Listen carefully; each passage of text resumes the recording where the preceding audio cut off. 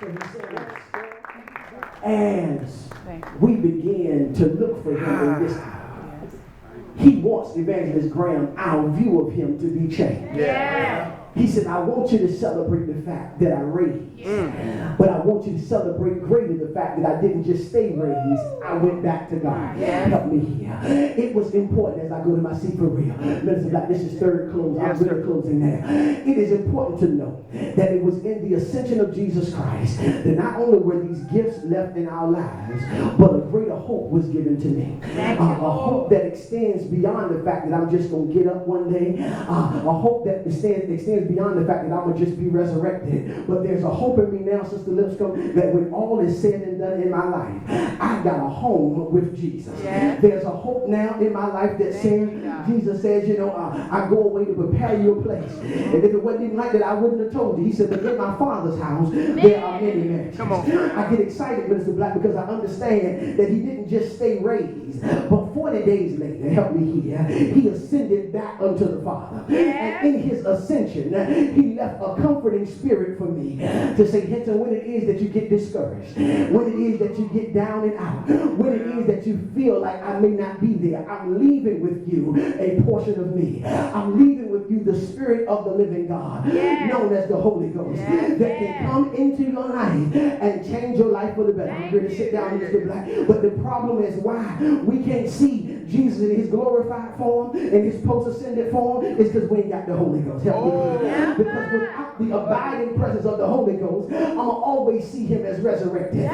You know what? Before I get out of here, I should have probably ended in a preaching moment, but let me end in a talking moment. If you ever decided one day you would take a poll and ask people if you could describe how Jesus looked to you right now, I promise you 90% of them would still see him on the cross. The rest of them, probably the other 8%, would see him with nail-scarred hands.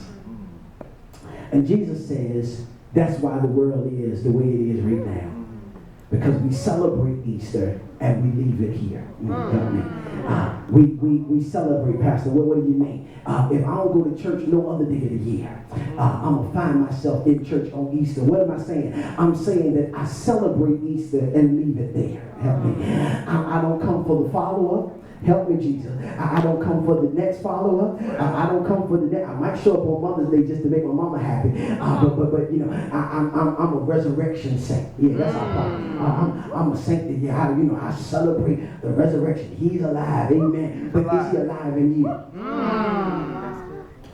Resurrection doesn't mean anything if he only got up for the day, but didn't stay up after the day.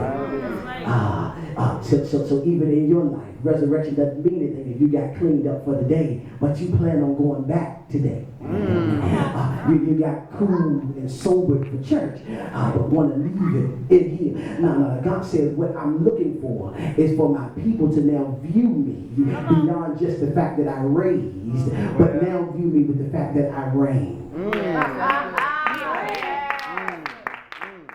The raising was excellent. It was necessary. It was needed. We don't belittle that at all. We need that in our lives. But what we really need is the reigning. And when one reigns, God, I told y'all I was closing. This is the 4th time. And I normally do good at 3. Amen. But this is for real. So let's call this 3B. All right. The reigning.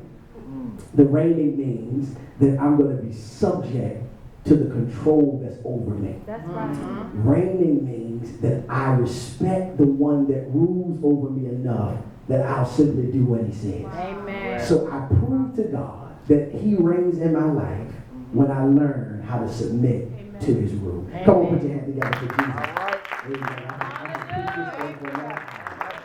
I think that my views change. If you hear today,